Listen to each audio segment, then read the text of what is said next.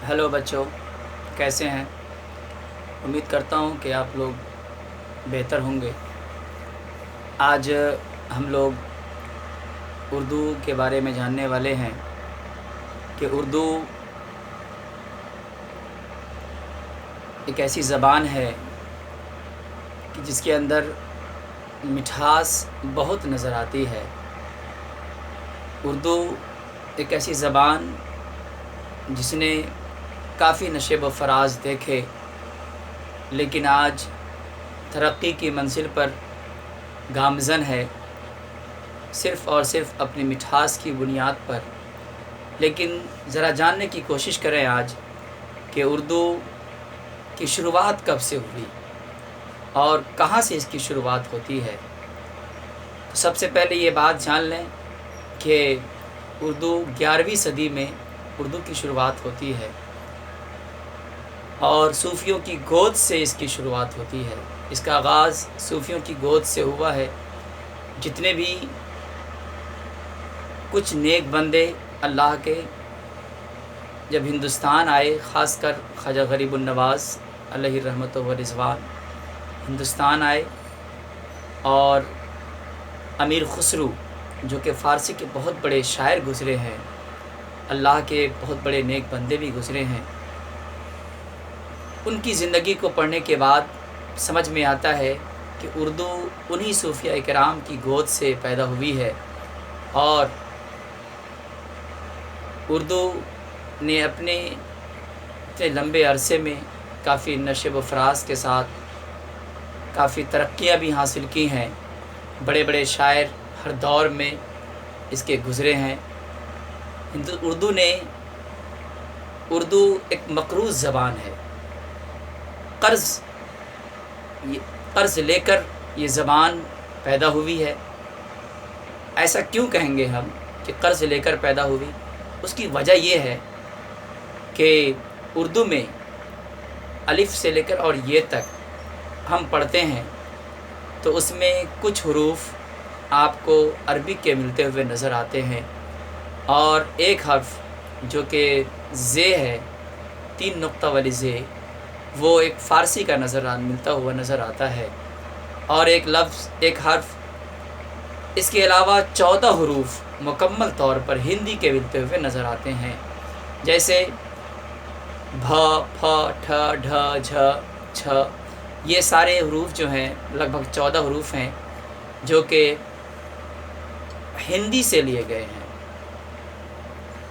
तो मक़रूज़ ज़बान होने के बावजूद इसने वो तरक्की हासिल की है, वो मकाम हासिल किया है कि आज बिहार में दूसरे नंबर पर इसका मकाम मिलता हुआ नज़र आता है।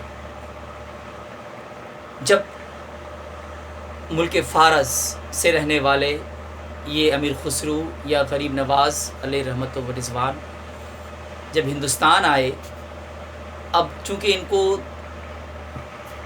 दीन की तबलीग करना थी, दीन के बारे में लोगों को बताना था, मज़हब इस्लाम की तबलीग करना थी। अब चूँकि उनकी ज़बान या तो फ़ारसी थी या तो अरबी थी, और हिंदुस्तान में उस वक्त खड़ी बोली बोली जाती थी जिसे हम बुर्ज भाषा के नाम से जानते हैं।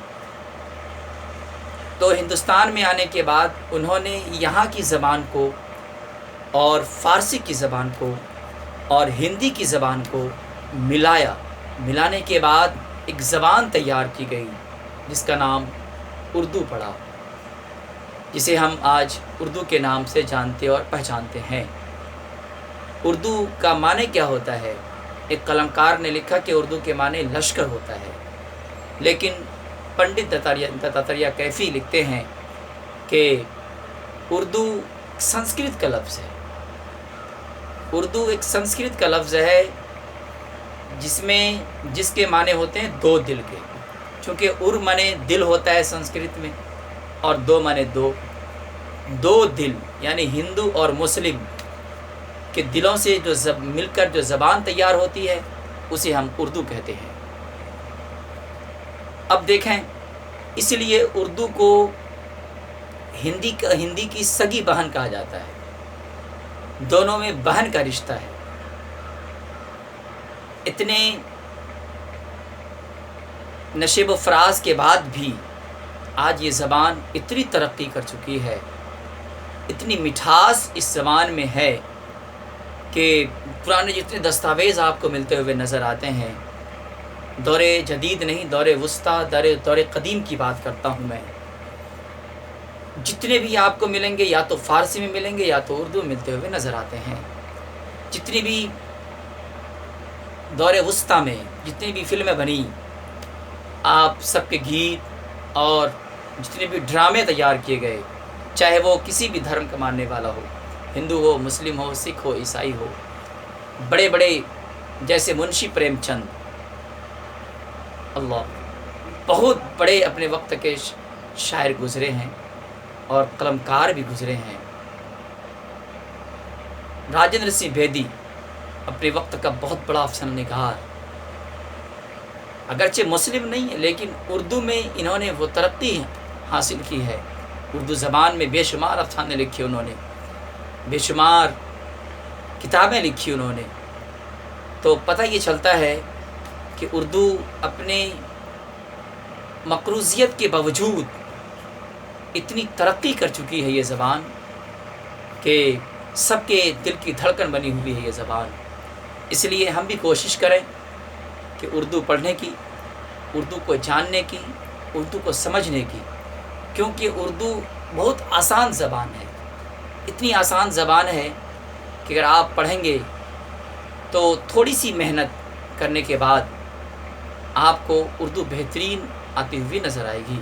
وجہ اس کی یہ ہے کہ اس میں بہت سارے الفاظ، بہت سارے ورڈز ایسے ہیں جو کہ عام طور پر ہندی میں بھی استعمال ہوتے ہیں، بہت سارے الفاظ ایسے بھی ہیں جو عام طور پر فارسی میں بھی استعمال ہوتے ہوئے نظر آتے ہیں، بہت سارے الفاظ ایسے بھی ہیں جو عام طور پر عربک میں بھی استعمال ہوتے ہوئے نظر آتے ہیں۔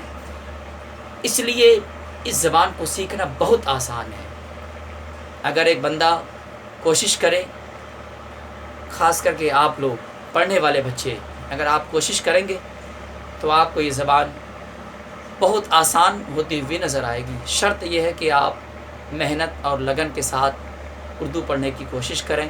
چند دن آپ محنت کر لیں گے، زندگی بھر آپ کو یہ چیز ملتی ہوئی نظر آئے گی۔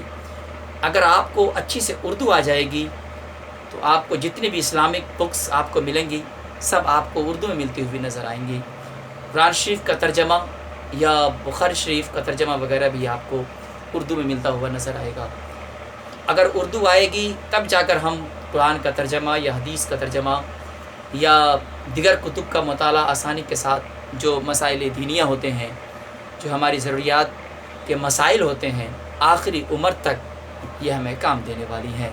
اس لیے بچوں کوشش کریں تھوڑی سی اردو جان لیں، کوشش کریں تھوڑی سی اردو پڑھ لیں تاکہ ہمیں زندگی بھر مایوسی کا منہ نہ دیکھنا پڑے، شرمندگی کا سامنا نہ کرنا پڑے۔